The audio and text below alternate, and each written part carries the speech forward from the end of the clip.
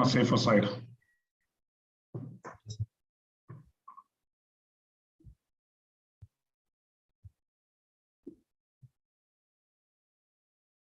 It's a nice topic, e-mobility, and then we are talking about power failures, right? Yes, sir.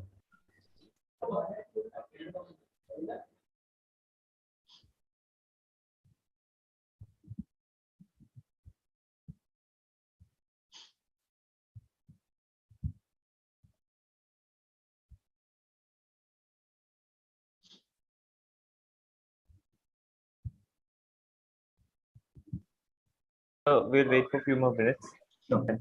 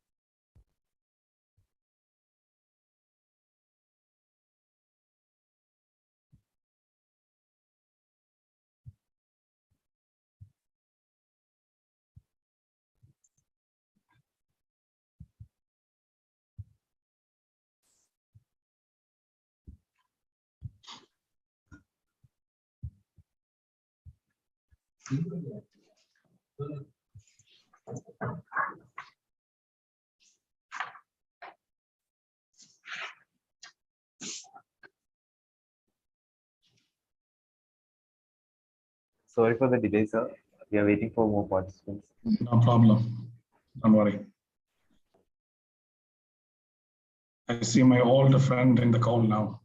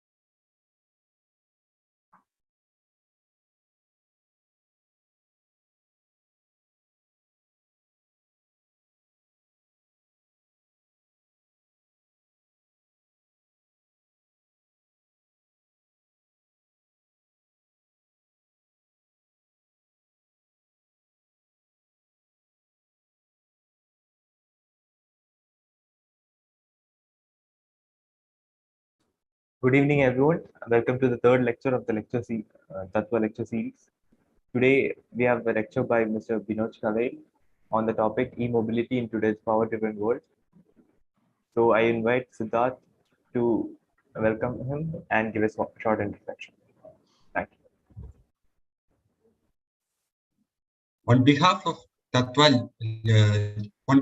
Team Tathva, I would like to wish a very pleasant evening to all our attendees today, and we hope that you are all keeping well. Since its inception, Tathva has grown to become one of the biggest techno-managerial fests in South India through its efforts and the support extended to us by our parent institute, NIT Calicut. Once again, we are glad to have all of you here with us today. The lecture series has been the highlight of Tathva year after year, and joining us today is our esteemed speaker, Mr. Binoj Kalayil, the Director, Complete Vehicle at UD Trucks. He is part of the technology leadership team and has multiple roles as chairman and member of various technological and managerial committees within the company. Prior to his current assignment, he was with Volvo Group as the Director, Verification, Validation and Certification. He was with the Volvo Group for more than 10 years in top leadership roles in various divisions and geographies spanning Europe and Latin America. His present company, UD Trucks, is currently working on an ambitious project which focuses on the key areas of automation and electromobility to address the challenges of a rapidly changing world. Its innovation roadmap aims to deliver a variety of solutions for smart logistics, including fully electric and autonomous trucks by 2030. This evening, Mr. Binoj Kalayil will be delivering a lecture on an extremely relevant topic, e-mobility in today's power-driven world. Do join me in welcoming him to the Tathva lecture series. Over to you, sir. I invite Srijan sir to speak a few words.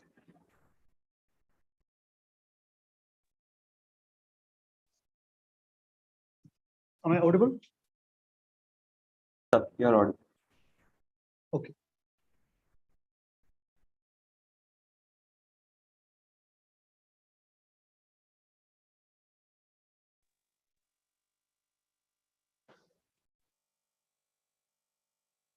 Hello. Yeah.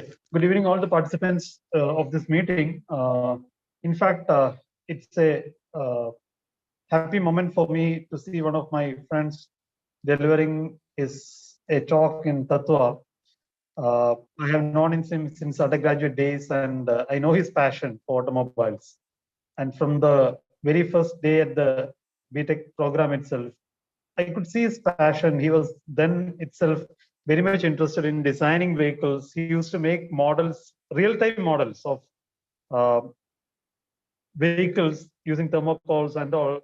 That very much inspired me also. And then he just went away chasing his passion, and now he is where he is today. So on behalf of the entire NITC fraternity, I'd like to welcome him to this function and wish him all the best. Over to you, Binoj. Thank you, my dear friend, and thank you all of you. I mean, it's been a pleasure. It's a big pleasure to be here. I see a big gathering. I think you have around 50 plus people now in the call, right?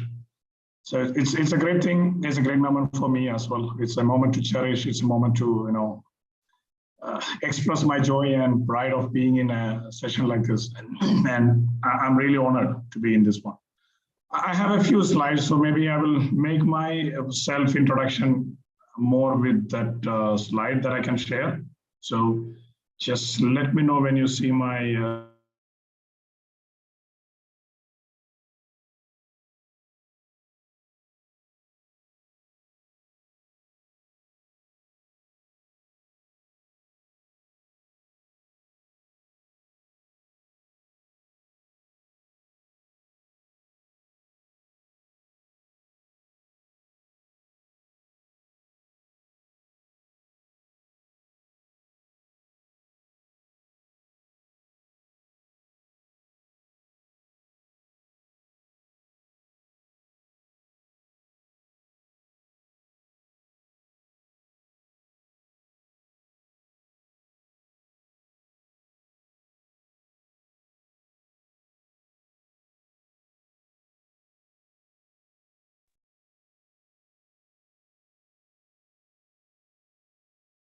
Hello.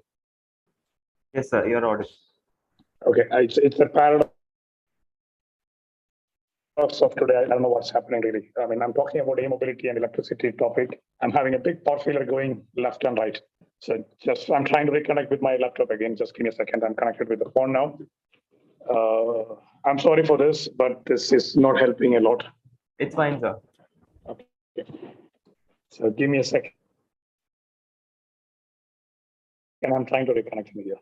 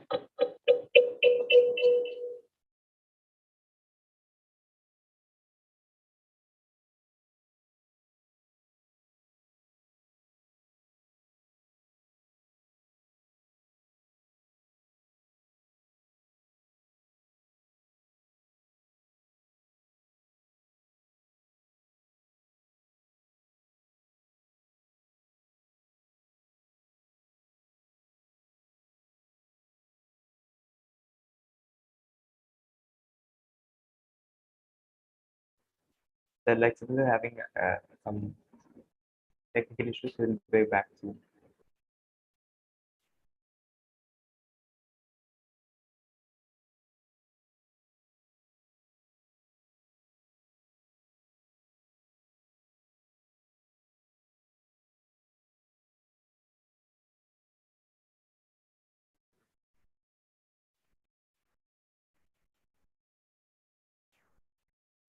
Hello, sir. Okay, now I'm able to unmute myself. All right, sorry guys, sorry. It's a big challenge going on with power supply here now. So I've tried to get back into this one. Just let me know when you're able to see my desktop.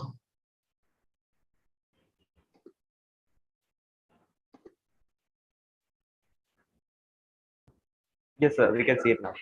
Okay, good. Sorry for all these glitches and power challenges going on. I will try to get into a good timing, and I will try to give you maximum time for you guys so that we can catch up all the way.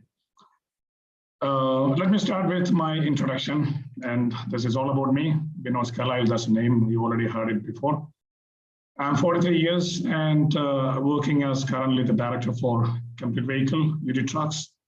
It's a part of Isuzu Group right now, and I'm responsible for the international portfolio of UD trucks, testing, validation, certification, and so on and on and on. There's a lot of things in my portfolio there. I'm in the industry for 22 years in automotive industry. Of course, as Shijo just mentioned a few minutes back, we studied together, and then from 2020 onwards, I started working in the automotive industry. Was been lucky to get associated with Ford in India, Nissan in Japan, Volvo in India and Sweden, UD Trucks, and now a part of the Isuzu Group. Worked in India for sure, quite a long time. Was been lucky to be a part of Nissan Motors in Japan, and then I could work in Sweden and also in Latin America in Brazil. And I managed so far the portfolio of SUVs, bus and trucks. So some of the pictures that you can see on the right, this is called F Alpha, which is one of the largest sports utility vehicle platform of Nissan. I happen to be a project manager for this one. And later I moved to Volvo Group and then became a project manager for this FH that was launched in 2013. And then I could also work with the Mack Trucks, the United States one.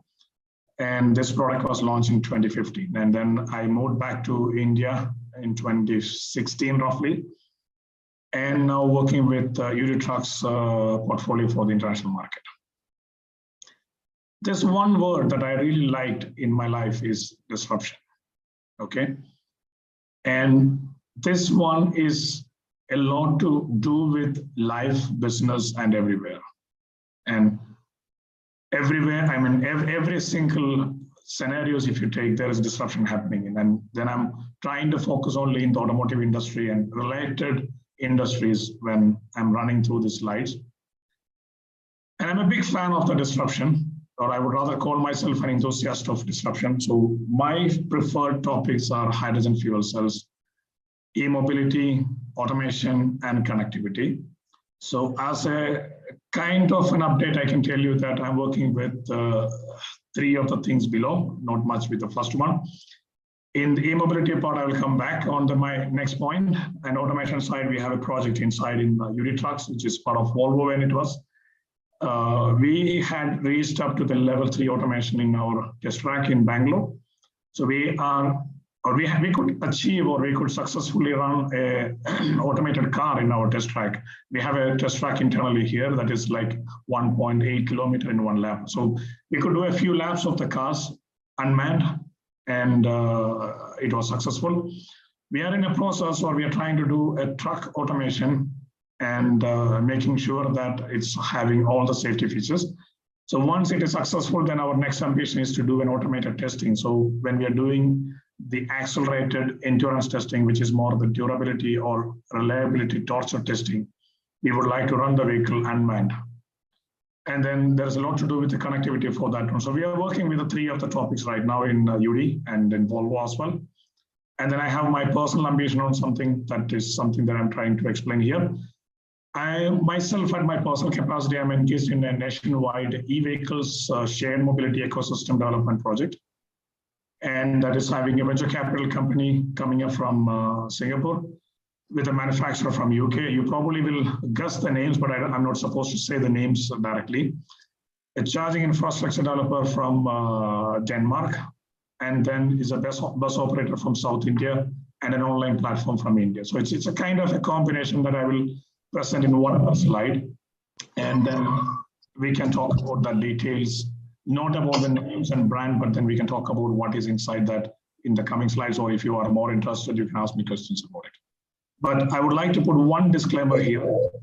The views that I'm expressing in this particular session is purely my own individual views, and please don't coin it out or get it connected with any of the brands that I'm associated with, for example, Volvo Group or UD Trucks or Isuzu Group or whatever, so on.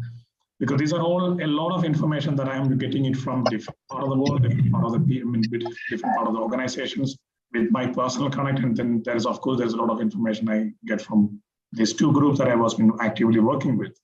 But this is more a collection of most of the information together, put into one sheet. And, sorry? Is it a question or you want to? I think it was a mistake. Okay, no problem, don't worry.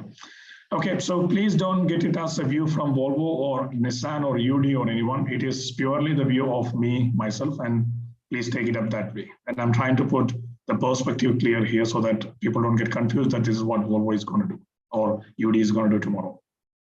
Okay, so I start with the simple stuff. I don't know how many of you know about this particular term called UNSG. It is called United Nations Sustainable Development Goals. All it started was in 2015. And that was more connected to have a better life for the people. And then there was been a lot of debates and discussion around this particular topic. And then in UN, it was established in 2015, which was agreed by 193 countries. And eventually this was being made as a joint commitment of countries or nations and organizations that are connected with all these nations together. For example, if you take Tata Motors is purely an Indian company today, right? So if India make a commitment to United Nations, and then Tata is obliged to follow that one. I don't think Tata can have a different perspective and say like, we don't really follow what India government is talking about. And just like that, Nissan Motors or Toyota or those kind of branding, they are all connected with Japanese. Then you have the Germans like Mercedes, BMW, Audi, and then we have Volvo and Scania and so on coming from Sweden. So they're all a part of this big ecosystem where they all made their own commitment in the system that, yes, we do follow this one. So what are these United Nations Sustainable Development Goals? There are 17 of them defined. I would recommend that you guys spend a little bit of your time later when you're done with this session, in your free time, search in Google and or in search in YouTube, you'll find a lot of videos connected to each of this topic. So just to give a feeling of what it means, it starts with point number 1, that is no poverty. zero hunger, and so on and on. And then it's up to 17th one, that is a partnerships for the goals, which is organizational and nationwide partnership. Okay. Now here, one of the main items that we would like to focus in, that is one of the key drivers of electromobility around the world, is the item number 13, which is called as a climate action. So how does this climate action really come in place for the leveraging of electromobility or e-vehicles in the world? That is what I'm trying to explain, but at the same time, I would like to show you what are the other side of this discussions as well. I could say that there has been a lot of isolated approach in the e-vehicles. I mean, Shijo can probably recollect it. One of my engineering topics for seminar as well as my project was more connected to the zero emission vehicles. Like we talked about in 1998, we talked about zero emission vehicles like fuel cells and electric vehicles and things like that. But then there was been some kind of a drives by some of the brands which really could not materialize due to several reasons. Primarily, the oil industry was much more stronger than e-vehicles, and then battery technologies on the other side, not really matured enough to go for a full e-vehicle. But then in 2016 onwards, there is a very firm or a strong commitment by these organizations when it comes to climate action. And then if you look at what's really happening, these are some of the items being decided by the automotive industry, that we will have a 40% CO2 emissions from vehicle reduction by 2022. Then it's all about reduction of greenhouse gas, step-by-step approach of CO2 and NOx reduction, zero fossil fuel consumption by 2040. That was a very bold statement by Volvo Group chairman and CEO in the last Leaders Summit in 2021. Then there is also a lot of discussions around alternative energy drives, cyclic carbon footprint, which is like you have a biodiesel being used, which is just like, you don't create a new carbon footprint, but it's just recycling, or you're just putting a cyclic carbon footprint model.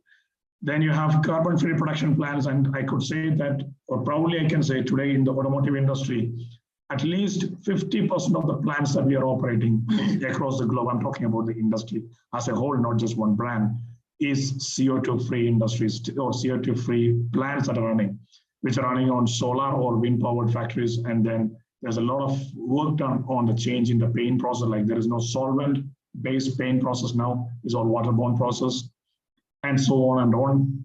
Then the some of the plants that are in the up north, they have the heating system running on hot water process. And there are a lot of actions being taken on that. Then there is another one interesting statement from a lot of organizations are 30% electric vehicles by 2030. That is a commitment from the industry side, which needs the development of new product range, competitive pricing, because today if you look at bus that is being sold in India, the Electra bus is sold in India is at a price of 1.75 crore, which carries hardly like 25 people. And that kind of a pricing system doesn't really work for this industry, or that really doesn't help to gain traction in the industry for having a lot more vehicles coming in place. Then there is renewable fuel-based engines, like for example, renewable diesel. I don't know how much you heard this term. Renewable diesel is pioneered by a company called Neste, which is a Finnish company. You can search in Google for that company, Neste. They have this renewable biodiesels or renewable diesels, which is made from food waste or the plastic that you discard. Then there are organizations that are really working on biofuels, which are one of the biggest one that I could see is there's a company called Sul, which is from Brazil, that I could really meet some of the top guys in that one. And they're really poised to make a lot more production capacity for the biofuels around the world. And it's quite fascinating time for this automotive industry to really look at a lot of developments happening in different dimensions, but it got its own challenges in the other side. Please feel free to stop me at any point of your time. If you have a question, I'm glad to support you at that moment itself, instead of going up till the end and then come back in each slide and talk about it. I mean, it would be really good if you can ask the questions any moment, but feel free, I will be available in the end as well. This is some of the statements coming up from the industry side. This the one that I'm showing up right now is from Volvo Group. So how do Volvo Group really look at the future? And then you can see it starts from 2020, which is 100% of the combustion engines. 2030, you have a significant reduction of combustion engines, and then you have LNG, then you have the battery electric. You also have the fuel cell centric, which is a joint venture company between Volvo Group and Daimler.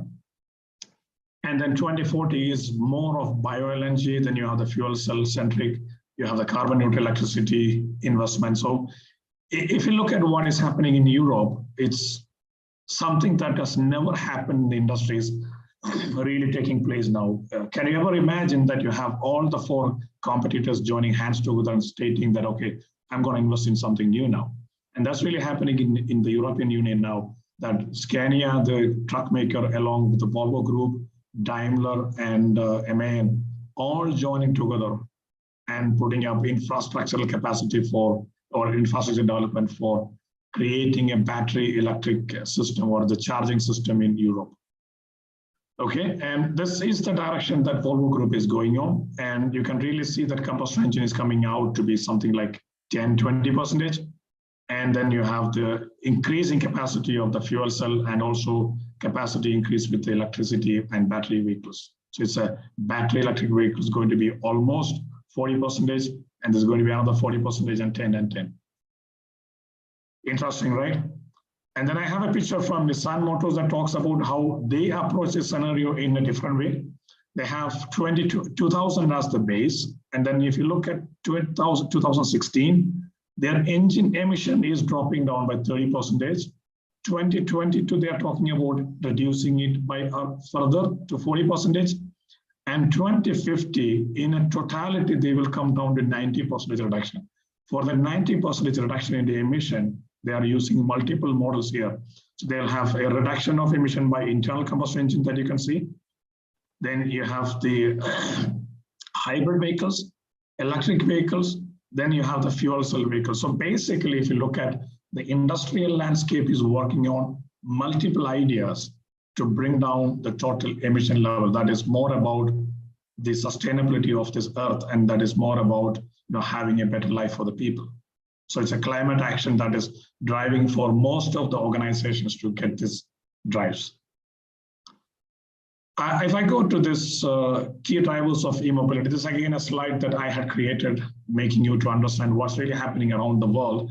I start from the left. There are political and regulatory environment that is driving for e-mobility, and that is right now happening with tightening of emission targets. You must have heard of Euro 3, 4, 5, 6, now talking about 7. Now, in India, we just skipped Euro 5, and then we are moving from Euro 4 to Euro 6, or we moved already. So those kind of changes are really happening around the world, that there is a big pressure from the political system or regulatory system to have a reduction in emission targets. And that is something based on the commitment being made in the UNSCs. Then we have the consumer behavior, that there are companies like Tesla creating a big buzz in the industry that a customer feel like, oh, if I have an e-vehicle, then I have a kind of a different scenario or different feel of it. So it's a change towards e-vehicles benefiting from subsidies or usage of new mobility concepts that is being well positioned.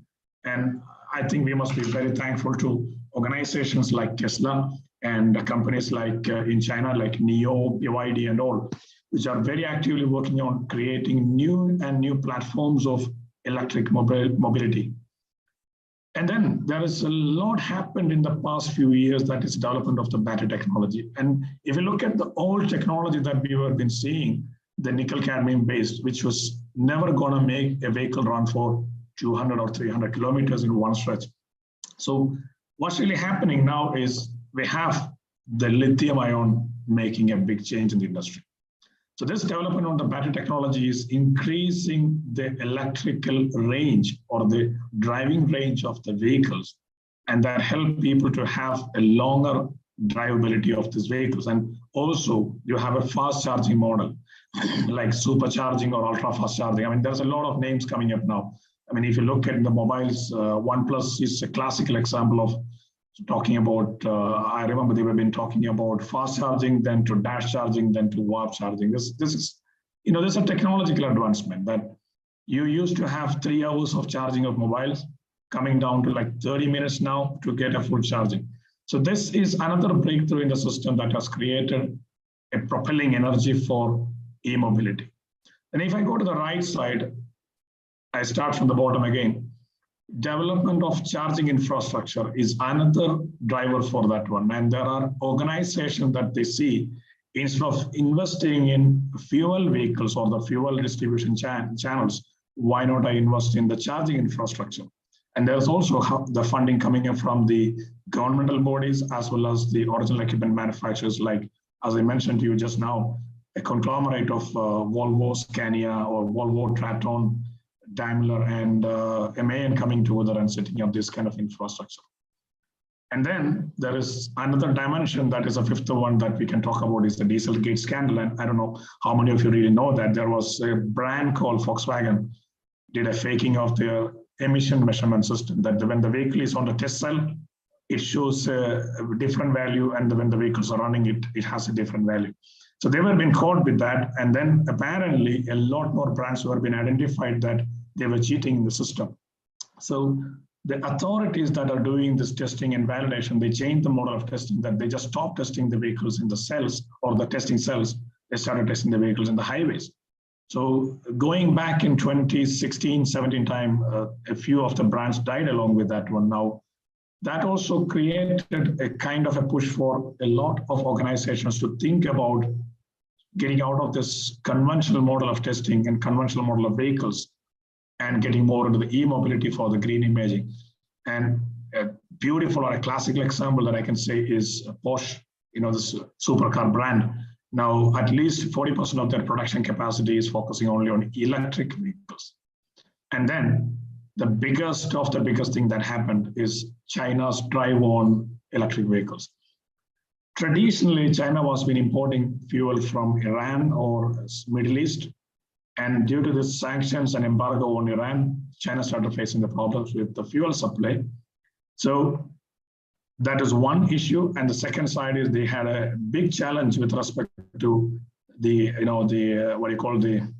dependency on different currency, that is USD, because all your oil trading is happening in USD predominantly. And then you're also having a dependency on shipping channels. You have a challenge with the American Navy. So these are all kind of challenges coming up across for China. So they started pushing really across for the e-mobility. And this is the biggest automotive market worldwide with 23 million vehicles sold per annum. I mean, you can imagine in India how many vehicles we are selling. And we talk about India as a 300,000 trucks a year, while China alone is 1.1 million, which is like 4 times bigger market than India. So this market has 23 million vehicles getting sold, and China felt that why should I depend on somebody else for this fuel? I should go for my own way of doing it, and that is e-mobility. So these 6 different dimensions coming together had really pushed across the e-mobility from multiple directions, and OEMs were being forced to really make solutions that, okay, this is the time that we need to make a change in the model of working.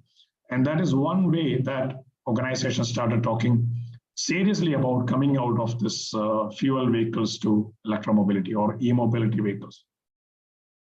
This is a slide that I think probably you need to really spend some time to understand it. If you have questions, please feel free to ask.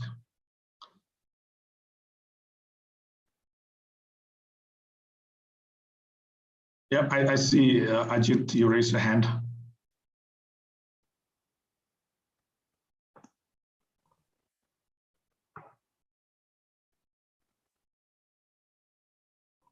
Hello, sir. Yes. Sir, my name is Neeraj and I'm from NIT Calicut. My question is, sir, you talked about India being a much smaller market, even though we are one of the, we actually as a community, we buy a lot of cars.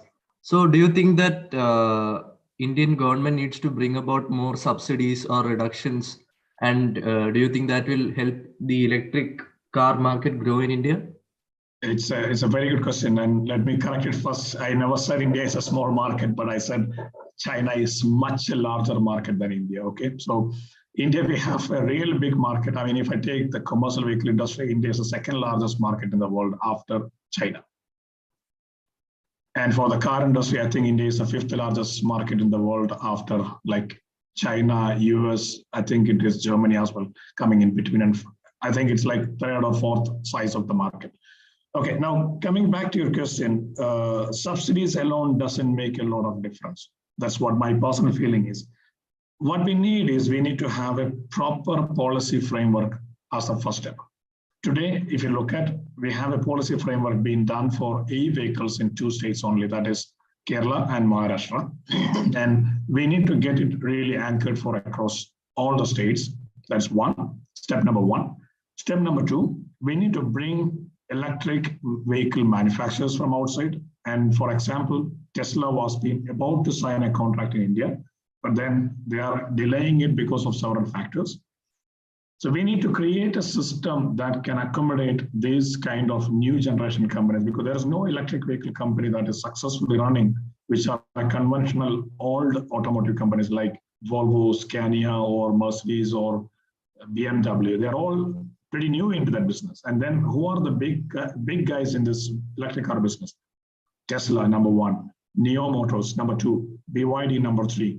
These kind of brands need to come to India, which is a big challenge for another new organization to come up and set up a manufacturing facility right away. Then the next part is all about the infrastructural backup. For example, we have cities where we can have the scooters charging point, the electric scooters, that Either Electric, I don't know if you know about the brand, and then we have Ola Electric coming up now. We have a few more electric scooter companies coming up now. And this charging infrastructure is a joint effort of power production companies, electricity distribution companies, and government together. So if you give subsidy, you can probably sell some product, but you still need a backbone of charging infrastructure, which is missing in India today. So if you really want to have a lot more electric vehicles here, first thing is a policy. Second is bringing the manufacturers. Third is having the charging infrastructure. And fourth is having the subsidy. That's how I read it. Did I answer it, or you would like to have more explanation?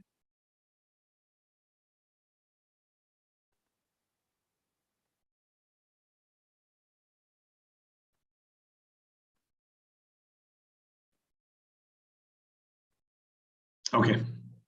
I think there are some more questions in this one, or? Yes, sir. Some questions are there in the chat box. All right, so maybe I can take it directly. Since India imports all cells from outside India, is there anything India doing to replace battery as a major energy storage? Yes, there are discussions happening of setting up the new fuel plants. The cell plants in India. I know, at least, I'm not sure if you guys are having information about that one. Meritor and Samsung are having discussions on going to set up a battery factory in India. Then Adani Group is investing in battery technology. Reliance Group is investing in the fuel cell technology. So there are a lot of things happening in India at the moment, but then you will probably see the results in another 1 or 2 years.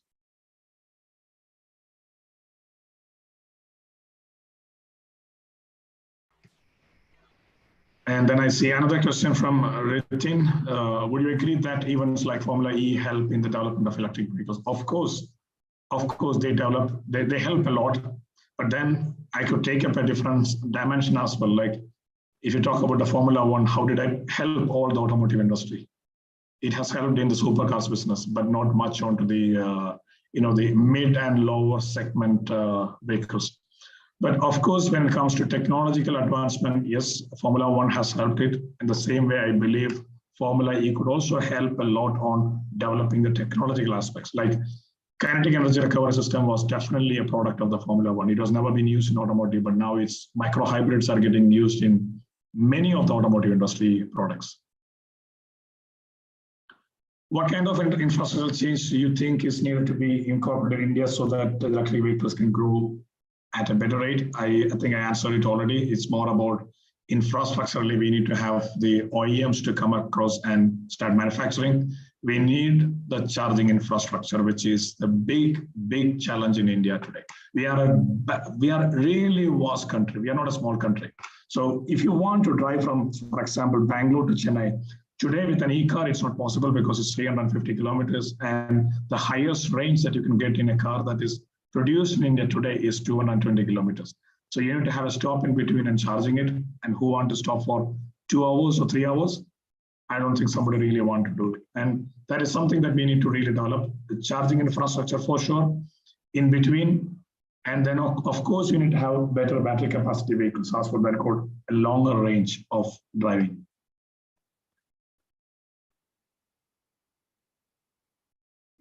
Electricity charges are increasing. I think I have a slide that will be pointing to that one. So I should just give me some more time. I will come back on your question. The cost, will it be cost effective to use electrical vehicles in coming years? My answer to that one is, I still believe yes, because the oil vehicles still have a challenge with their efficiency and a lot more aspects. So the cost will still be cheaper, but then the question is about viability of those vehicles pricing. And once this touch to a good rhythm of pricing with these vehicles, yes, it will be. Okay, so I think I cleared out these questions. I hope there is nothing more left out. Then maybe I can continue. Is it okay, moderator? Can I move on to the next slide? Yes, sir, you can move. I think it's clear. Good. Thank you, but it has been a lot of good questions. So interesting. Okay, so this is an e-mobility ecosystem that I mentioned in the beginning that is about a bus industry ecosystem that I'm working on. This slide is what we have presented to some of the top shots in our political systems and things like that in a few of the states. So what does it mean? It starts with a technology manufacturer on the side here who will be having an e-product, you can say, or e-vehicle product as their proposition. Then what you need is a finance partner who will be doing funding for that one or a financial security for this one. Then you need to have an online platform where that brings the passengers, or if it is a car, then it is a platform where the buyers are coming on board. And you have a charging infrastructure that is providing electricity to the system. So altogether, we have this operational model where somebody as an operator is operating this. I mean, this is predominantly, I'm trying to explain it more from the bus industry perspective where I'm working on as a big project. So this is an operator and who is driving this e-mobility business, and these are all the partners of that one. So if you take it, we have the e-bus, we have the finance, we have electricity, we have the passengers, and all together getting into the operational model, and then somebody is driving it for the industrial side. So this I call e-bus ecosystem. Now, I hope this is clear for all of you. And this manufacturer do the design and they also own the technology. They are also responsible to industrialize the product and put it in the market. A financier is nothing other than guarantor for manufacturer or for operator. A financial support to drive the system. An operator is the one who is planning and running the vehicles and also getting along with passengers and goods management. Online platforms is reaching out to the point to the customers, or this is a touch point for the customers to get into the ecosystem. And they also do the awareness and campaigns. Then we have the charging infrastructure that is for the charging of vehicles. They also have the responsibility for energy production and distribution. So if you take the Bangalore, the BMTC, Bangalore Municipal Transport Corporation, they have a project like this where BMTC is the operator, then Electra or BYD is the e-bus manufacturer. Financing was being done by, if I'm right, it is from World Bank. And then they have their own online platform, and electricity is manufactured and supplied by, it is, to my knowledge, it is NTPC. Okay. I move on because this is more, I would like to focus in this particular system. So the big question lies in, did anyone do an impact analysis of this particular system? And what does it mean to the community or the humanity? Now, if you take the e-bus, it got the battery manufacturing, vehicle manufacturing, and then it's also having the lithium mining. So these are all three different impactful scenarios for manufacturing the bus. Okay. Then you have the operational side. If I'm taking up, there is battery charge cycles, their lifetime. You will have used batteries. Then you have the battery packs recycling, and these are like tons of plastics covering the lithium ion or lithium. And then you have the cable plugs and a lot of lithium, used lithium material. And the last one is the charging infrastructure. You have the charging infrastructure connected with non-renewable electricity production. And this is something that is happening. I just mentioned the Bangalore Metro Transport Corporation or Municipal Transport Corporation having ONGC as their power production company. And you know what ONGC is producing power from? Is from coal.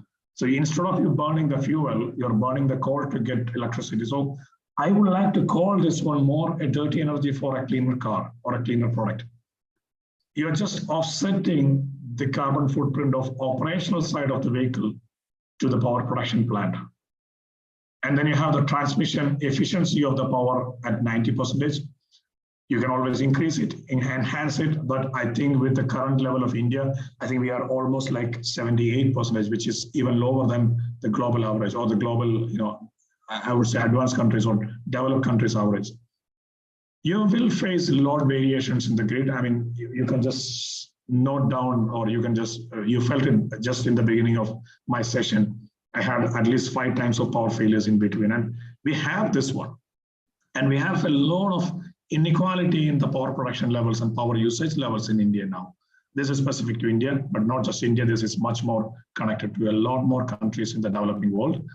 You will have non-electrified villages that is craving to have a light source to have people to sit and read or people to sit and have a light.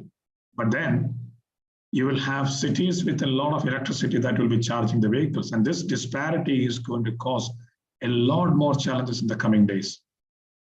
So this is something that I would like to bring into your attention. I mean, my whole of the discussion is going to be focusing on this dimension, not on how the electric vehicles are manufactured, sold, and used in the industry. Okay. If you have any questions, feel free now. If not, I can move on to the next slide.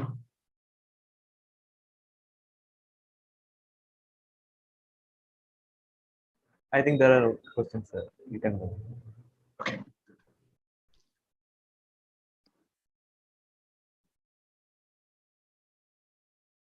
Okay, Siddhartha, you got a question. I got to know that there is more pollution in manufacturing battery than combustion equivalent. So the combustion car run for thousands of kilometers before its emission is same as that of battery equivalent. So are the electric cars a better choice? And also charging must be done only by renewable energy so that there is no emission, which is also not possible at that scale. I think you're really hitting on the bullseye here. I can tell you that you're really in line to what I'm trying to explain here. You have the oil-based industry running in one side. And from there, if you're offsetting, I don't think with the conventional models of producing electricity, we are gaining a lot. But then there are good signs. I'll come to that one as well, because I have some slide that will talk about it. I mean, I'm not disappointed. I don't want to say this world is, completely a horrible earth, that we are still messing up with it, and the life is going to be really bad. Not really like that. It's progressing, but the growth percentage is not as expected.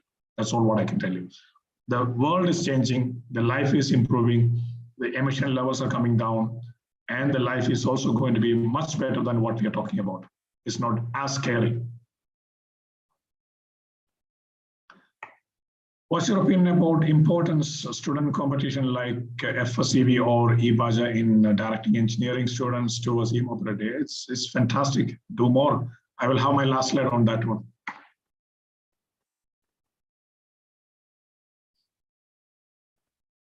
Can I move on if I don't have any other questions? Looks like no more. Okay, good. Then I go on to the battery part. So we talked about impact analysis. I'm taking out the one-by-one scenarios here, battery, the first one. Now, if you look at the industry, battery technology is evolving every year. And this graph is a good depiction of this is coming from the German research on battery production.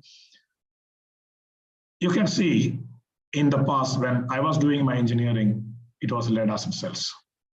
We never dreamt about any other type of battery probably coming up in the near future at that time. And then came nickel cadmium, then came the nickel metal hydride, and then came lithium ion, the big breakthrough. Laminate type, again, it's a lithium-based, solid-state lithium-based, and then we have a very recent one that is called aluminum and air. So if you look at what's really happening, this is from 85, then this is up to 2003. If you look at this landscaping of batteries are changing. So if you look at the nickel cadmium has gone down, nickel metal hydride came up, but they had gone down. Then lithium ion is going up now, the laminate is going up. If you extend it further, you will see after 2020, the aluminum are coming in place. So this battery technologies are evolving every day. And aluminum air is probably the future that I predict for at least 10 years so that you don't have any pollution from that one, because aluminum extraction is the only polluting part, but the battery components doesn't really pollute the world. But all this, of course, until here, these are all polluting the world as a residual life. Lithium ion and its various compounds are the most used today. And then you have two different types, basically in the lithium ion, it's a nickel cobalt, sorry, the lithium cobalt based and lithium ion based. You have the kilowatt hour cost is significantly reducing. This is the graph that shows you have the charge density going up. You can see this graph, and then you have the battery cost coming down. This is United States Energy Department surveys and researches. But then I still raise a question here, in 2030, are we still going to run the vehicles with the lithium ion? Because every 10 years you have a new technology for battery coming up, and lithium ion is in the industry from almost like 1995. And okay, 2005, 2006, it started getting much more stronger. And in 2015 onwards, it's comparably stronger in the automotive industry. But the question still remains to be there. Are we still going to have the lithium ion after 2030? The answer is today, nobody can predict it, and we don't know. And then I go to the lithium part. This is the next oil, I would call it, or the industry call it as lithium is the next oil. It shows some interesting information. You have Australia and Chile leading in the production today. There is an estimated global reserve of 80 million tons based on the United States Geological Survey. The consumption in 2020 was 56,000 tons. Growth in consumption average in a year is by 15 to 25%. Now, who owns the highest of this one is China, because even though it is owned by Chile, most of this mining sectors are owned by China today. And in Australia also, it's a big investment by China. And that is how, the control of China is coming in this place. Now, what are the impacts of lithium mining? It takes roughly 150 tankers of water per ton of lithium extracted. And this picture that you're seeing on the right side is a picture from Argentina. And I have seen this kind of vehicle conveys of water moving across in many parts of Latin America side where lithium mining is happening. And it's a lot of water that you need to use to get this system really moving in. And it is also challenging the environment. Like, you have, it's not a kind of it's an open heart mining, you understand what it means, right? And that creates a lot of dust around. It's creating challenges for the flora and fauna around. It's affecting the indigenous people and the habitat of people. China, as I said, is leading the race, but we are really not talking about the impact of lithium mining against the fossil fuel. And fossil fuel have the similar kind of a challenge, so is lithium. It is not like lithium is absolutely fine and is perfect to use. It is not. And I think that is an assumption that we are creating and not really looking at the impact analysis of that one. Now, I would like to raise a question to all the humanity here, that is, what will happen to this excavated land and the lives impacted there? And if I've been in a place called Ramagundam. I think you know that that is a place where National Thermal Power Corporation, NTPC, have a big plant where the coal is used as the vaporizing unit. That area, the land that is being excavated for coal, I can tell you this, of no use. It's completely spoiled land. To get a life back in there, it takes at least 25 to 30 years. So it's one generation or two generations are already over there. This is happening in many parts of the world where lithium mining is happening. Okay. I take you to the next part. I think somebody raised a question about electricity. So as I said, don't be so disappointed. Electricity production is increasing every year. These are the various sources of electricity production. You have the nuclear, coal-based, then you have the renewable energy like wind and solar, and then you have the tidal electricity and a lot more different formats.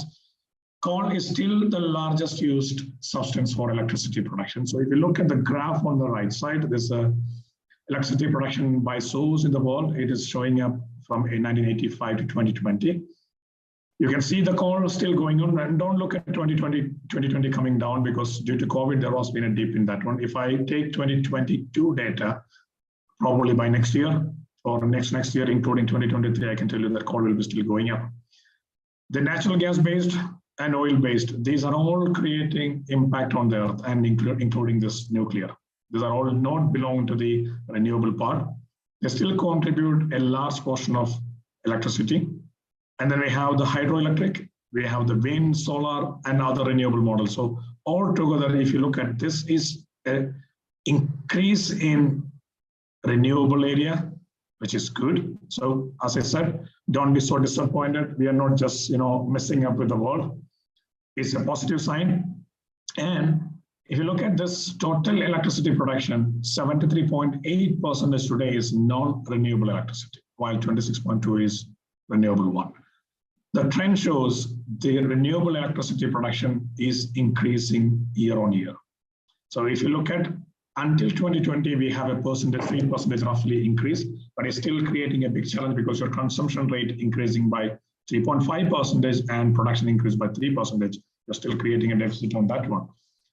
We need to invest more in that one. So going back to the question that I got earlier, what should the government do? In India, we have a centralized power production model. We are not as decentralized where everyone can produce their own electricity at home. So in a centralized model of electricity production, what we need is government to invest more and more on renewable models like wind and solar power and on. I think we are doing an excellent example. We are taking some good examples, but that is not enough because we don't contribute in totality by having it. I mean, I'm talking the world average here. Consumption rate increased by 3.5 and renewable energy production increased by 3%. You're still creating net minus in that one. Sorry. You're still creating minus in that one. So this is something that we need to really look at. Now we have a McKinsey research in Germany that shows when e-vehicles population hit 25% of the total, electricity consumption will be growing by 30%. And then you can't really live with this 3% of electricity or not renewable electricity production increase. It has to be tremendously different. It has to go for a completely or exponential increase of production capacity. And the question is, how long we will have the dirty energy for a clean car, and the carbon footprint of energy production is to be added for impact analysis of every single car that we are going to run with electric format. Okay. That one part is over. So if you have questions, feel free, catch me up.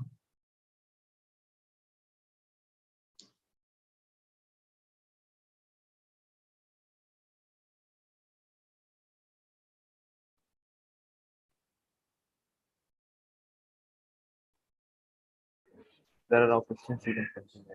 No questions, right? So then I move on, no problem. Feel free, you can catch me up anytime again.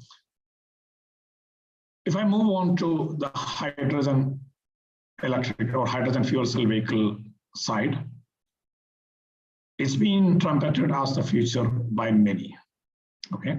But then if you look at what Volkswagen would like to express is this graph is, I mean, this picture is the total impact analysis or efficiency rates and consumption using energy by e-cars versus hydrogen fuel cell cars. So if you have 100% clean energy being produced here, by using till the end with all this electrolysis, compression and liquefaction, transportation and filling, and then you will have the fuel cell and power generation, and then converting into electricity and using it in electric motor, your efficiency is coming down to 25 to 35% only. So to really run or replace the fuel today with completely fuel cell, now you can think about how much more electricity we need to produce it. So Volkswagen is looking at a direction where they say, we go for e-cars directly with energy, 100% here, a transportation loss, and then you have electricity and electric battery usage here to an engine is still a 70 to 90% efficient as compared to the fuel cell here. Okay. Here, the questions are very interesting. The production capacity is increasing rapidly. The hydrogen production capacity around the world is increasing. And you can see Germany along with Nikola trucks, they have made a big investment in hydrogen production. And in the US, it's also happening. It's a cleaner in propulsion. Storage and transmission is challenging because it's more about cryogenic technologies. Vehicles get much longer range than e-vehicles. It's a better solution for CVs due to the lower recharging time because it's just like fueling, and then you have the hydrogen fueling just like oil fueling. It lacks an economic viability for smaller vehicles, and that is one of the reasons why most of the big car manufacturers decided they will not pursue with hydrogen fuel cell for cars. And the best example is Mercedes-Benz and General Motors. They all stopped their investment in fuel cell cars and they all moved to the commercial vehicle side with the fuel cell and cars with only battery electric vehicles. 95% of the production of hydrogen is still based on the fossil fuels. And it is based on the steam reforming of natural gas. And think about it, your hydrogen is not a clean fuel then because you're coming up from the natural gas burning. It's just shifting of the carbon footprint. So then, as I said, the Volkswagen's point of view is that they would love to go for, or they would be more interested to go with battery electric vehicles than hydrogen fuel cells. Now, this is an interesting slide probably for those who would like to, or those are aspiring to be in the automotive industry. And I can tell you from the industry point of view, we are in a critical juncture now that we have all these technologies fighting each other. And this is the probability, there's a probability, this is probably the most fascinating time for automotive R&D. But then it's also the most challenging as well, that we have all these technologies like higher fuel efficiency engines or lean burn engines, hybrids, plug-in hybrids, battery powered and hydrogen fuel cells all fighting each other to get their presence in the market. You can see that there is a bus with a soybean power, that is a biofuel based engine that is now fighting with hydrogen fuel cells. You also have the battery vehicles like Tesla fighting with hydrogen or plug-in hybrid vehicles like Volvos or Nissan or Honda. And Honda is still continuing with their R&D on fuel cell, trying to make it cheaper. On that technology side now, what is happening in the industry is this technology push is making big organizations either collapsing or they are forced to merge or make JVs or strategic alliances. Classical examples are now Volvo and Daimler, which I can tell you in 2005 when I joined Volvo, we never thought, at least I never thought, or I don't think anyone in Volvo ever thought that Volvo will make a joint venture with Daimler, which is the world's #1 company making a joint venture with the world's #2 company. Impossible at that time. But today, this technology push had made the situation that Volvo and Daimler had made a joint venture. It's called a Fuel Cell Centric, the company name. Then Toyota and Isuzu is joining into a joint venture. Like these are the two big rivals in Japan. Traton. Sorry, can you hear me?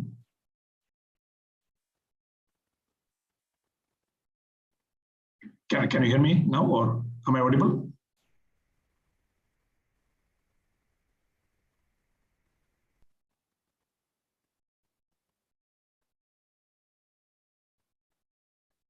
Did I lose you guys, or am I still in the call? You're audible, sir. Okay, good. Sorry, I think there was some fluctuation in the network again. All right, so just what I would like to explain here now is it's a lot of push for the industry to either join hands or they're dying in reality. And as we are speaking, I got a message today by lunchtime. One of the largest axle maker in the world, a Meritor, is now being acquired by Cummins. So it's happening in the industry now. You know, this is the kind of an exciting and challenging time for all industry members now. And then there are new companies like we call it the vertical integration companies coming up, and they're making a big boom. And the best examples are Tesla. I'm not sure if you guys heard about the other names. Arrival is a van and bus manufacturer, electric. Nikola, which is a fuel cell vehicle company. Proterra is a electric vehicle company. Then NIO is a Chinese electric cars company. So a lot of brand new companies that had a technology on battery or some kind of a system, all on a sudden is a new automotive company. This is a phenomenon that never happened in the past. If you look at the last, from the Mercedes-Benz or the Benz time or Daimler time till like 2010, probably this never happened. Everyone was working on making it perfect, but then you have new companies just launching the product these days. And there is a lot of uncertainties in the future. What could be the future? Will it be diesel engine still there? Hybrids, biofuel, you have battery technology, everything is evolving. I mean, if you look at the hybrids have its own challenges and biofuel have its own challenges. Battery technology alone, that itself is fighting internally because you have multiple types of batteries. And because of that, there is a divided R&D funding also coming up from all original equipment manufacturers, that OEMs have to fund in every single technology, otherwise they will not survive.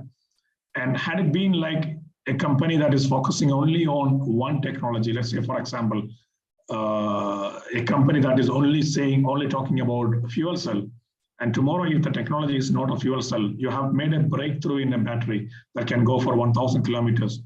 The fuel cell doesn't exist there. And then the company that has invested, closing their eyes, invested in that particular technology will also die along with that. They don't have any survival tomorrow. So this is exciting, at the same time, a challenging, very challenging or super challenging time for industry. It will continue to be like that for another 5 more years is our prediction from the industrial side. I can move on, or if you would like to take up any question. Nikola was in fraud case, right? Well, apparently you can say yes or no. You know, this is a big fight. I mean, if you ask me a question about Samsung versus Apple, it's a lot happening. And one is saying the other one is a fraud. But Nikola has made a breakthrough in the industry for sure, and that they had dragged a lot of big OEMs to come to the level playing ground and making a fuel cell vehicle. So by that, I would really appreciate what Nikola has made when they launched the Nikola One as a product in US a few years back. I was being in one of the Volvo Group's leadership summit. Okay, I can answer that question. I'm sorry for that. The second one. I'm still continuing with the first one. I was in a leadership summit with the Volvo Group a few years back, and I still remember our CTO saying about Nikola, and he said like it will take a decade for Nikola to really show up in the market. But then I see Nikola running now. So I would say this is absolutely brilliant. For an automobile engineer like me, I would really appreciate that what they're doing.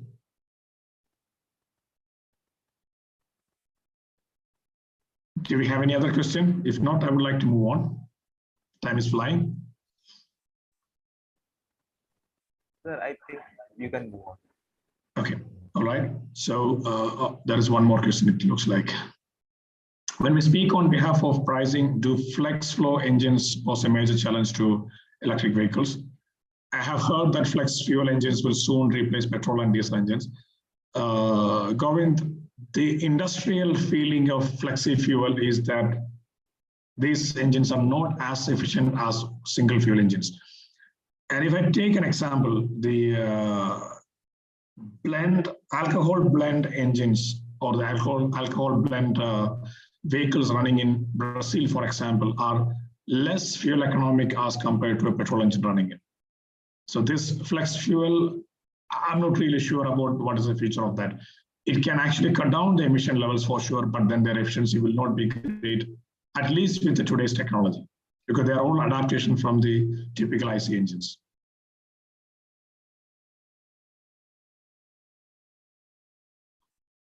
All right, so I move on. This is the potential. Oh, I have one more question. Good. Oh, okay, it's a comment. This is how most industries or most organizations perceive the typical landscape of industry going to be there in the future. That we will have the small delivery cars or personal mobility or scooters or smart the short commuter called the smart vehicles, or really, the tiny cars. They are really going to be in electric vehicle segment. Then we will see something called as the passenger car segment,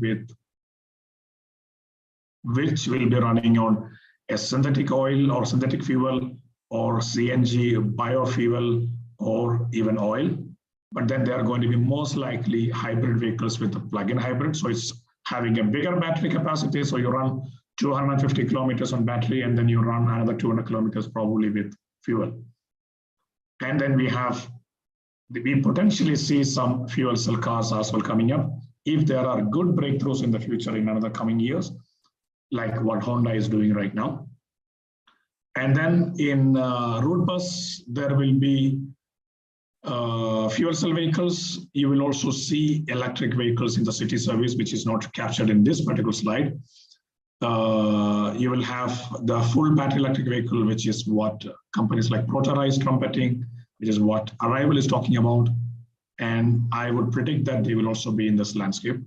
And then when we are talking about the longer range vehicles like heavy duty trucks or a long distance bus or overnight buses that you call in India, like the buses are running from Bangalore to Trivandrum or Chennai, Trivandrum, Chennai, Kochi, those kind of buses will be most likely be in hydrogen. And this is what the rough estimate or rough understanding of industrial landscape is predicted. And this particular picture is coming from Toyota. And if I take it up mostly with Isuzu, Volvo, or even Daimler's, when I'm talking to the people from there, they're all quite aligned to this one, that this is going to be a landscape of all technologies together. It's not going to be one.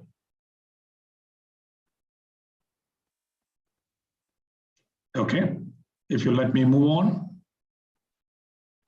I would like to set the expectation. So this is the last slide that I have to talk about technology or what is happening. So if you have questions, feel free now. Otherwise, I can go to one. I think I have one or two more slides only left out. I can go to that, and then we can take dialogues. Maybe I go there directly. I'm trying to set some expectations on you. I would like to see that you invest your time, energy, and knowledge on creating revolutions in batteries that are having minimal impact on environment. They are good in recyclability, higher charge density, higher number of charge cycles, alternate materials than lithium, different battery packs or super efficient battery packs, cooling efficient enhancements, ultra fast charging. And when it comes to electricity side, please invest in renewable energy creation models, transmission loss reduction. So you can all do a lot of activities here. You're from the academic world now, and please keep in mind that you have a lot of fun and a lot of teachers with a super good brain working on this area or having super good brains in this area. Grid management. And then of course, we need to talk about artificial intelligence and connectivity that helps the shared mobility. And if you ask me as a person, I perceive the industry like this. The future is all about electric. The future is all about shared mobility as well. Okay. So, and from all of us, we must learn to use shared mobility, and that will reduce the environmental impacts. And I would like to put across like this, this planet is for the generations to come. And we are not the last people who will be living on this planet.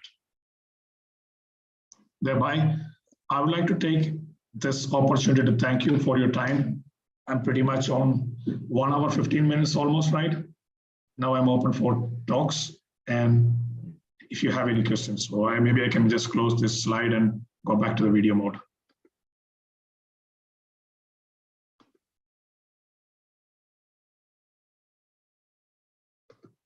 Yes, now I'm all yours.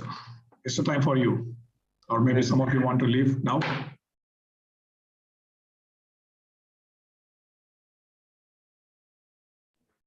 You can raise your hands or put a question in the chat box.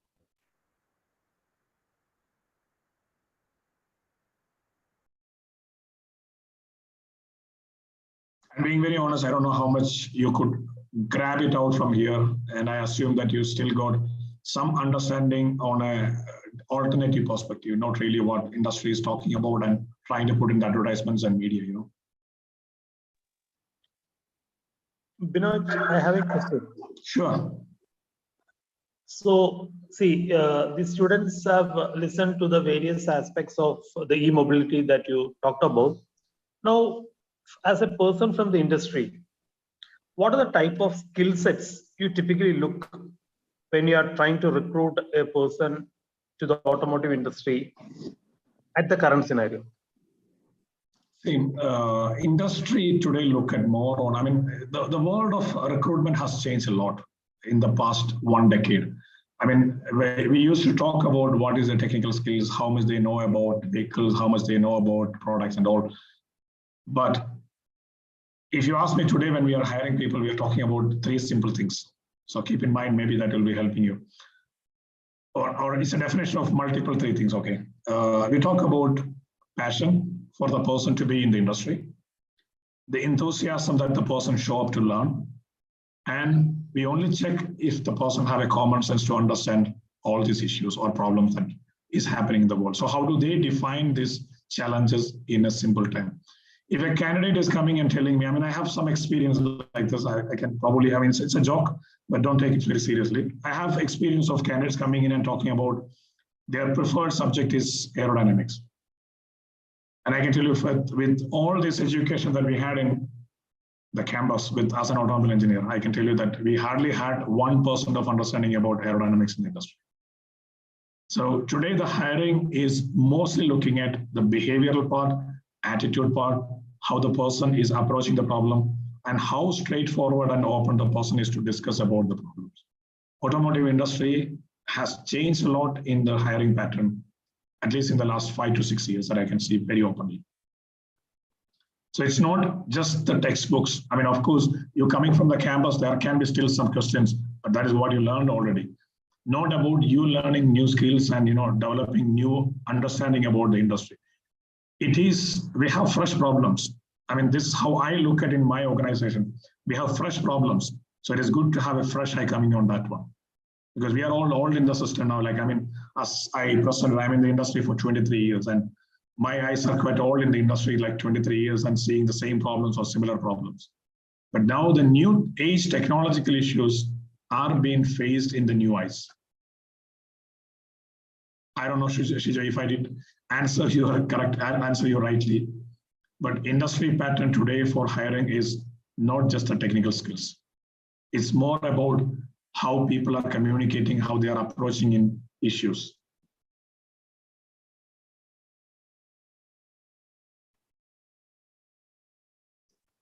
Shijo?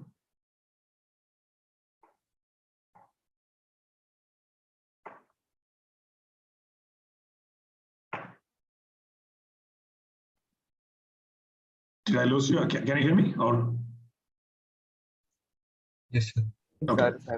Okay. Now, if you're talking about skill set to be developed, I would say try to learn more about the vehicles. If you're talking about automotive industry, try to learn products in the industry. Try to understand what's happening around you. Because there are. I mean, I can take a question like one of the candidates that we had interviewed in the past.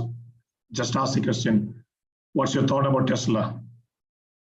And then the person did not talk about the car, that person talked about electricity, because that is a unit, right? And that is the one disconnect that generally the institutions have it towards industry. So try to read as much possible. Try to these are all general informations. I will not say that people need to be masters in understanding what is happening in the industry. I mean, that's even I sitting in the industry, I don't understand fully.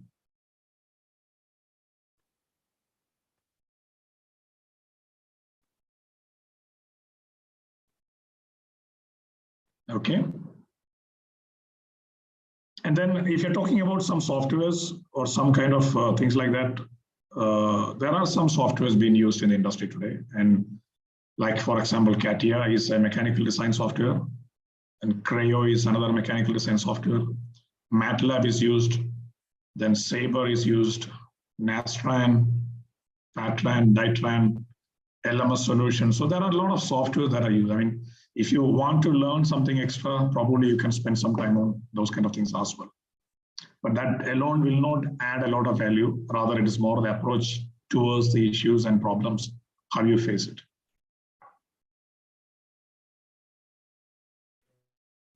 Sir, I think there is. You're on mute again. Sorry, Vimal. So there is a question in the chat box.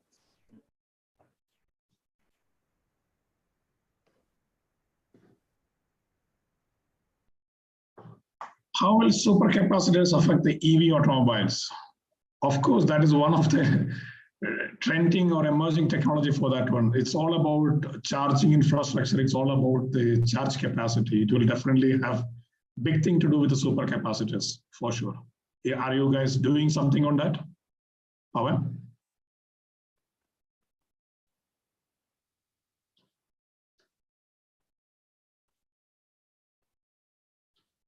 The power electronics, mechatronics, and all, in the past, we used to say mechanical engineering, electrical engineering, those kind of different bifurcation. I think they're all, that boundary of that one is dying down. We are getting into automobile engineering in a different landscaping there, where it's an integration of all engineering together. Can we integrate supercapacitors and lithium-ion batteries? I would say, I don't know. Maybe I can come back on that one and give an answer to Shijo. At the moment, I don't have an answer for that. I'm sorry for that.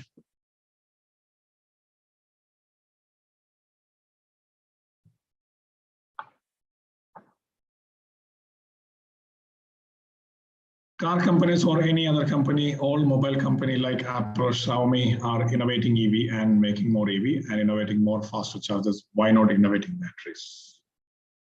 Good question. But batteries innovations are happening, as I told you. Lithium ion is something that you're seeing, but lithium ion have 5 different types of lithium ion batteries today. And there are cobalt connected, there are nickel connected, there are lithium. I mean, I'm talking about lithium itself as the base, but then there are 5. And then there are aluminum air, then there are, what was other name? Aluminum hydrate. So it's a lot of developments are happening. And one of the guys that I met recently from a company called, I don't think I should say the name, sorry for that. Okay, one of my friends who joined recently a company, he's the CTO of the company in US now. And he said the company that he's working with have aluminum air technology in development almost in the final stage, which they think is going to be their trump card for winning the market. So if they succeed in that one to put across in a product like a bus or a van that they are going to manufacture, I think there's going to be a big change in the industry landscape in another 2 years. So it's not just Apple and Xiaomi that is making this battery technology. Samsung is one big pioneer brand in the battery technology that is supplying for even automotive. And I don't know how much you can believe it that there are companies called SAFT, search in Google. SAFT is owned by Total Oil. The oil companies are investing in batteries now. British Petroleum investing in battery and also renewable electricity. Shell is investing in renewable electricity. Total investing in batteries. SAFT is the new battery that they are working on. That is also working on aluminum, and they also have another technology. They call it laminate. So a lot is happening in the industry with respect to batteries.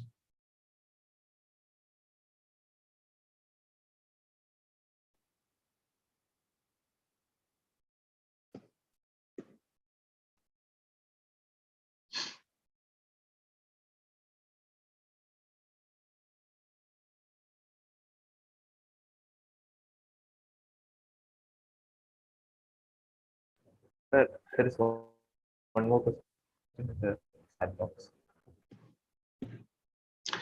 Instead of leaving the thousands of older cars to rust, is there scope for efficient EV or fuel cell conversion kits for them? Good question. Shijo and me, we have a classmate working on that one with a fuel cell company in India. They are talking about replacement kits that will replace the conventional IC engines, and they will put a fuel cell kit instead so that the vehicle can still go for another generation of driving. And I know there are other companies that I know. I mean, I forgot the name of that one. The ex-CEO of Matrix has founded a company, or they have bought a company in the US, Trova. The name of the company is Trova, Trova. That is a conversion kit manufacturer for trucks and buses from typical oil-burned engines to electric vehicles. So there are companies doing a lot of research in those kind of ideas as well. Yes, your question is really a valid one, and the answer is yes, there are.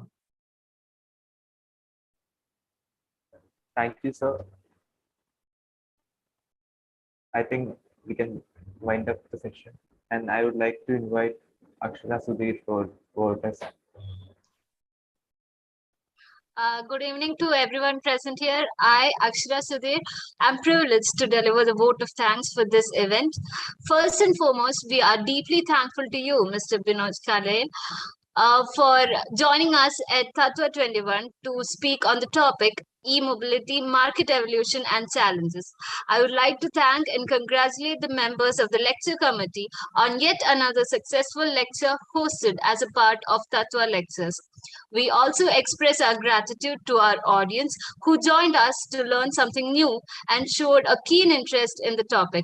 Once again, I wish to thank Mr. Binoj for setting aside time from his busy schedule for this event and sharing with us his views and knowledge on a very interesting and trending topic. We hope we may be able to have you on campus for future editions of Tathva. Thank you. I'm looking forward. You can always catch me up. I mean, I'm supposed to travel to Kerala this weekend, so I was actually thinking, why not you guys do this session on Saturday in your own campus, because I will be passing through Calicut. But anyway, never mind. So I'm happy, I'm glad to do that. And I'm doing a lot of campus interactions. I'm glad to be there and catch you up. And I would appreciate if you could send any feedback or any note from your side, and could be great for me to do my improvement side. And I have one question that I'll come back to you, or I will call Shijo and give an answer for that later. Thank you so much, and have a wonderful evening for you. Thank you then. Bye-bye.